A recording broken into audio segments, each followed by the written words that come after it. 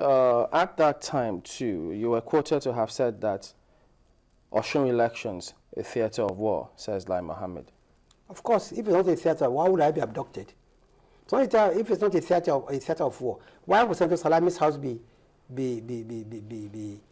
attacked and it would be sought after? Why would Adeleke not be able to vote? Is it true that ballot papers or ballot boxes were found with them? With who? Well, you see, if they are found with them, what are they waiting for to charge them to court? You see, people are so gullible.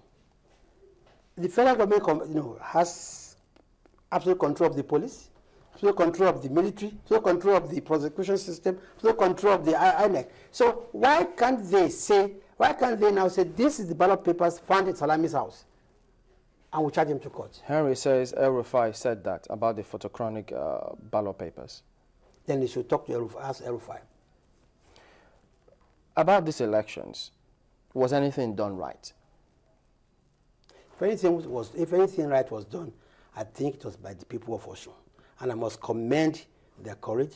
I must commend their resolute determination to reclaim their democracy and reclaim their rights. Because when you have about 70,000 security men, both official and unofficial, swarming a small state like Osun State, you would probably expect a low turnout of voters. But on the contrary, we had a very huge turnout. They were enthusiastic, and they kept giving us, reports. Of course, many of our agents were not even allowed to work in Ife South in particular. Many of them were arrested on the queue.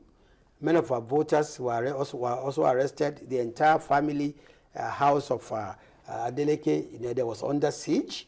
He couldn't even come out to cast his vote. But despite all that, okay. Just quickly though, I mean, what were the issues for you in terms of what INEC did right or wrong? Did INEC do well this time around in your estimation? No, you see, I'm always very, very cautious in passing any remark about the competence or otherwise of any commission. But what I know is that we engage INEC robustly on issues that we felt could mar the election. Many did not even respond to. For instance, when we noticed discrepancies in the voters' register, we wrote a letter to them. I think that was on the 6th of August. On the 4th of August, we also wrote another letter to them, asking them to please let the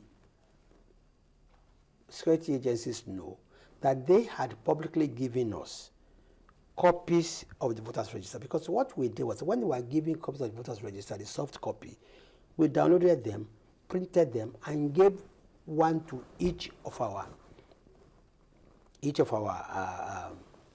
agents.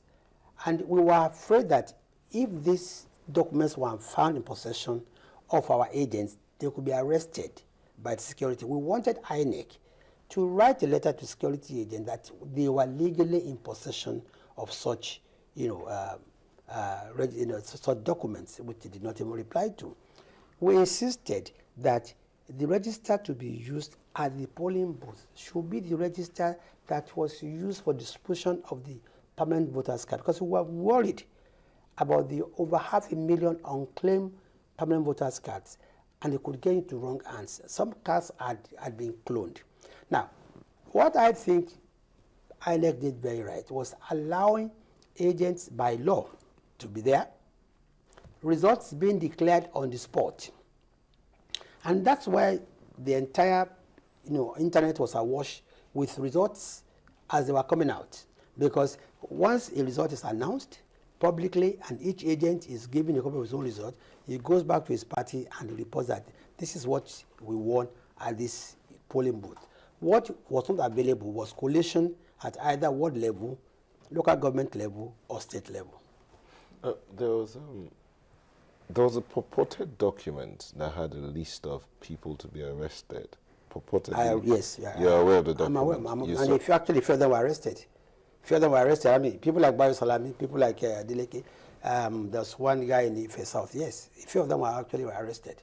But I think the making public that document actually helped a lot. Because because what I did as soon as we got to Osogbo was to make a formal complaint also to the police and the authorities about these threats. Going forward, what do you expect? You see, going forward, clearly, isolated elections like Edo, like Ondo, like Anambra, like Ekiti, like Osun, it's possible for you to concentrate security in those areas. But when you are going to have in those states, but when you are going to have elections in 36 states, and you're not just going to have governorship election, you're going to have National Assembly election, the state legislative, elections. You're going to have presidential election and the like. It's not possible to have some 3,000 security men in each of these states, unless, and this is our fear, we are going to once again pack miscreants and give them uniforms, which is the most dangerous thing you can do. You see, because we are very worried, and I see we want the government to come out, and DSS in particular. Why would their men be wearing masks? Well, we'll find out from them about that, so and they will to comment answer on your question, the way forward is to allow for a level playing field for all parties. Let everybody believe by the regulations and by the practice that the voters will have the last, voice, the last say on who to elect. Let's get your comment on this one. Senator Oyolo did comment. In fact, he's written a protest letter about your candidate. He said that he declared his own results, and that contravened the electoral law. Yes, he says that result was declared even before INEC. Where was he declared? Where was it declared? Did he make a broadcast? Or did he issue a statement? So they published some results and circulated Where those. was he published? Where was it published? Where was it circulated? Who was the author? Did he do it or not? You think he Of course did? we do. Of course we know what the law says. Why would we publicly declare a result when we know that only INEC has the authority to so do? Why did we wait till 7 a.m.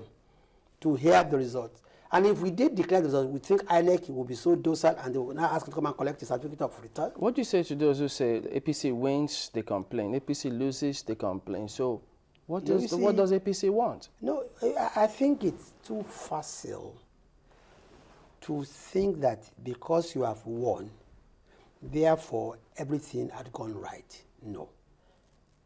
It was not right to abduct anybody, whether it's a PDP man or it's an APC man.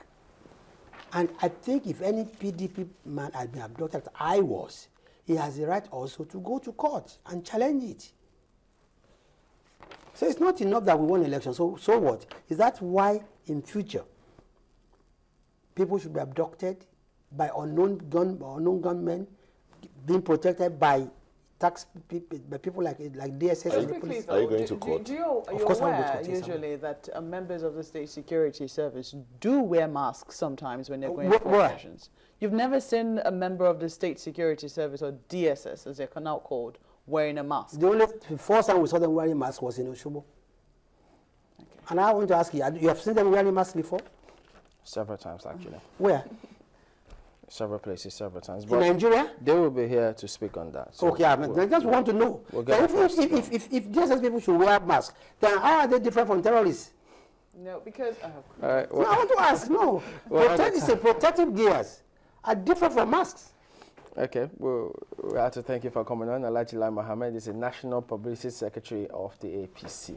Thank you for coming on this morning, sir. Thank you very much. All right, we'll be back after this. Join us again.